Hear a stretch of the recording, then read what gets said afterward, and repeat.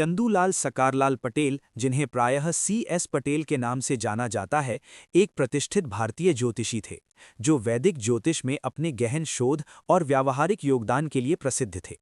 उनका जन्म 31 दिसंबर 1915 को गुजरात में हुआ था। उन्होंने अपना पूरा जीवन शास्त्रीय ज्योतिष सिद्धांतों के अध्ययन और उनके व्यावहारिक अनुप्रयोग में समर्पित किया, जिसमें सटीकता पर विशेष बल दिया गया। मैं उनकी पुस्तक प्रिडिक्टिंग थ्रू नवामशा एंड नाडी एस्ट्रोलॉजी का अध्ययन कर रहा हूं, जिसके माध्यम से मुझे ये ज्ञात हुआ कि श्री V.A.K. अय्यर ने उन्हें अपनी शोध सामग्री को द एस्ट्रोलॉजिकल मैगजीन बैंगलोर में प्रकाशित करने के लिए प्रेरित किया, जिसका संपादन B.V. रमन द्वारा किया जाता था। बाद में जब R. संथानम ने नवंबर 1985 में द टाइम्स ऑफ एस्ट्रोलॉजी की शुरुआत की, तो उन्होंने श्री चंदूलाल सकारलाल पटेल से लेख लिखने का अनुरोध किया। उनका पहला लेख new predictive technique based on नाडी एस्ट्रोलॉजी सितंबर 1987 में प्रकाशित हुआ। ऐसा प्रतीत होता है कि श्री चंदूलाल सकारलाल पटेल ने अपनी तकनीकों को विभिन्न नाड़ी ग्रंथों और दुर्लभ शास्त्रीय ग्रंथों से एकत्रित और परिष्कृत किया। वे ये भी उल्लेख करते हैं कि उनके एक सामान्य मित्र स्वर्गीय श्री N.M. सेठिया, बड़ौदा ने उनके लेखों की जेरोक्स प्रतियां श्री नरेंद्र सागर को दिखाईं, जिन्होंने उन्हें पुस्तक के रूप में प्रकाशित करने के लिए सहमति दे दी। श्री चंदूलाल सकारलाल पटेल ने अपने कार्य के प्रकाशन में सहयोग देने के लिए श्री नरेंद्र सागर, श्री N.M. सेठिया और श्री हरिप्रसाद S. भट्ट के प्रति आभार व्यक्त किया है। जब मैं इस विषय का अध्ययन कर रहा था, तब पुस्तक के अध्याय 5 में पुष्कर नवांश के बारे में एक बहुत ही रोचक विषय दिया गया, जिसने मेरा ध्यान आकर्षित किया। इस पुस्तक के लेखक को किसी ने लिखा था, आपका लेख व्यापक, उपयोगी और उत्कृष्ट है। ये लेख पूर्ण तब होता यदि आपने पुष्करांश का भी उल्लेख किया होता, जो किसी भी शुभ कार्य के मुहूर्त निर्धारण में अत्यंत महत्वपूर्ण है। लेखक कहते हैं कि जब उन्होंने विद्या माधवीयम भाग 1 पृष्ठ 30-31 में पुष्करांश का उल्लेख देखा, जहां इस नवांश की परिभाषा दी गई है, तब उन्हें इसका ज्ञान हुआ। वे बताते हैं कि पिछले 44 वर्षों में उन्हें पुष्करांश का उल्लेख केवल एक ही बार विद्या माधवीयम में सर्वसिद्धि के संदर्भ में मिला। किसी भी मानक स्टैंडर्ड ग्रंथ में पुष्कर नवांश पर विशेष प्रकाश नहीं डाला गया है। आगे वे समझाते हैं कि पुष्करांश के दो अर्थ होते हैं, जो संदर्भ पर निर्भर करते हैं। एक, पुष्करांश। प्रत्येक राशि में एक विशेष डिग्री केवल एक होता है। इसे पुष्कर भाग भी कहा जाता है। जब मुहूर्त, जन्म कुंडली या किसी अन्य महत्वपूर्ण बिंदु का विचार किया जाता है, तब ये विशेष अंश शुभ फल देने वाला माना जाता है। मुहूर्ता दर्पणा के अनुसार इसका उपयोग विशेष रूप से शुभ प्रभावों के लिए किया जाता है। संस्कृत श्लोक एकविंशतिश्च चतुर्दश चतुर्विंशति सप्तमाः मेषादिषु क्रमादेते पुष्करांशाः प्रकीर्तिताः। भावार्थ सरल हिंदी में, मेष राशि से प्रारंभ करते हुए क्रमशः 21 डिग्री, 14 डिग्री, 24 डिग्री और 7 डिग्री अंश बार बार दोहराए जाते हैं। यही 12 राशियों के पुष्करांश यानी पुष्कर भाग माने जाते हैं, जो अत्यंत शुभ फल देने वाले होते हैं और मुहूर्त निर्धारण में उपयोग किए जाते हैं। 2. पुष्करांश का एक और अर्थ पुष्कर नवांश भी होता है, अर्थात किसी राशि में एक विशेष नवांश जो 3 डिग्री 20 मिनट का भाग होता है, जो अत्यंत शुभ माना जाता है। 12 राशियों में जो पुष्करांश यानी एक विशेष डिग्री होते हैं, वे सभी किसी न किसी पुष्कर नवांश में ही स्थित होते हैं। ये ध्यान रखने योग्य है। उदाहरण के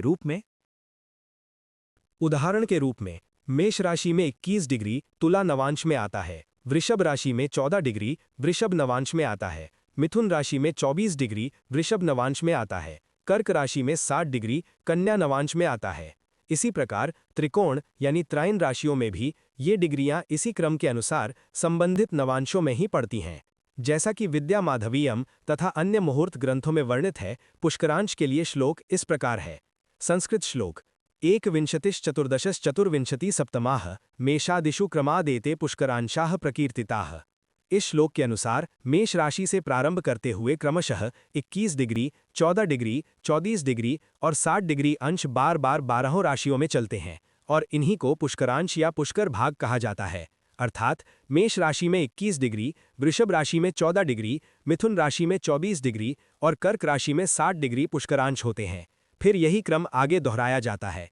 सिंह राशि में 21 डिग्री, कन्या राशि में 14 डिग्री, तुला राशि में 24 डिग्री और वृश्चिक राशि में 60 डिग्री पुष्करांश माने जाते हैं। ये विशेष अंश अत्यंत शुभ फलदायक होते हैं और मुहूर्त निर्धारण में विशेष महत्व रखते हैं, क्योंकि इन पर स्थित लग्न या ग्रह शुभता, वृद्धि और कल्याण को बढ़ाने वाले माने गए हैं। उन्होंने अन्य बिंदुओं के बारे में भी प्रकाश डाला है, जैसा कि चंद्रकला नदी खंड 2 भाग 1 पृष्ठ 12 श्लोक 79 में दिया गया है। संस्कृत श्लोक। रव्यादयः ग्रहाः सर्वे पुष्करांशे प्रजापते है लक्ष्मी कटाक्षम भोगी धनिकः कीर्तिमान सुखी। भावार्थ, यदि सूर्य से लेकर सभी ग्रह प्रजापति के पुष्करांश में स्थित हों तो जातक पर लक्ष्मी की कृपा रहती है। लक्ष्मी कटाक्ष, वह भोगविलासी, धनवान, यशस्वी और सुखी होता है। अब हम इसे कुछ कुंडलियों में विश्लेषित करते हैं। जैसे महात्मा गांधी 2 अक्टूबर 1869, इनके चार्ट में मंगल, बृहस्पति, शुक्र, केतु और लग्न पुष्करांश में स्थित हैं। प्रत्येक राशि 30 डिग्री की होती है और इसे 3 डिग्री 20 मिनट के 9 समान भागों यानी नवांशों में विभाजित किया जाता है। इन 9 नवांशों में से 2 विशेष नवांश पुष्कर नवांश माने जाते हैं, जिनका निर्धारण राशि के तत्व अग्नि, पृथ्वी, वायु या जल के आधार पर होता है। जब कोई ग्रह इन विशेष डिग्री सीमाओं के भीतर स्थित होता है तो उसे पुष्करांश में माना जाता है। महात्मा गांधी के उदाहरण में ग्रहों की स्थितियां इसलिए पुष्करांश मानी जाती हैं क्योंकि वे ठीक उन्हीं पूर्व निर्धारित नवांश खंडों में स्थित हैं। वायु राशियों मिथुन, तुला, कुंभ के लिए 5वां नवांश यानी 13 डिग्री 20 मिनट से 16 डिग्री 40 मिनट और 8वां नवांश यानी 23 डिग्री 20 मिनट से 26 डिग्री 40 मिनट पुष्कर माने जाते हैं। इसीलिए लग्न, शुक्र और मंगल जो 8वें नवांश यानी 23 डिग्री 20 मिनट से 26 डिग्री 40 मिनट में स्थित हैं, पुष्करांश में आते हैं। अग्नि राशियों मेष, सिंह, धनु के लिए 7वां यानी 20 डिग्री से 23 डिग्री 20 मिनट और 9वां यानी 26 डिग्री 40 मिनट से 30 डिग्री पुष्कर माने जाते हैं। इसी कारण बृहस्पति 9वें नवांश यानी 26 डिग्री 40 मिनट से 30 डिग्री में होने से पुष्करांश में आता है।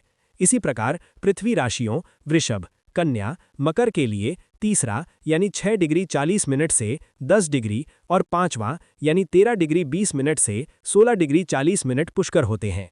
इसीलिए केतु 5वें नवांश यानी 13 डिग्री 20 मिनट से 16 डिग्री 40 मिनट में होने के कारण पुष्करांश में माना गया है। संजय दत्त, इनके चार्ट में शुक्र और लग्न पुष्करांश में हैं। मैरिलिन मुनरो, इनके चार्ट में बुध और राहु पुष्करांश में हैं। अमिताभ बच्चन, इनके चार्ट में बृहस्पति और शुक्र पुष्करांश में स्थित हैं। राजेश खन्ना, इनके चार्ट में चंद्रमा, बुध और शनि पुष्करांश में हैं। ज्योतिषाचार्य KN राव, इनके चार्ट में चंद्रमा और मंगल पुष्करांश में हैं। ज्योतिषाचार्य कणद ऋषि भटनागर, इनके चार्ट में चंद्रमा, मंगल, बृहस्पति, शनि और लग्न पुष्करांश में हैं। ज्योतिषाचार्य R संथानम, इनके चार्ट में सूर्य, चंद्रमा और शुक्र पुष्करांश में स्थित हैं।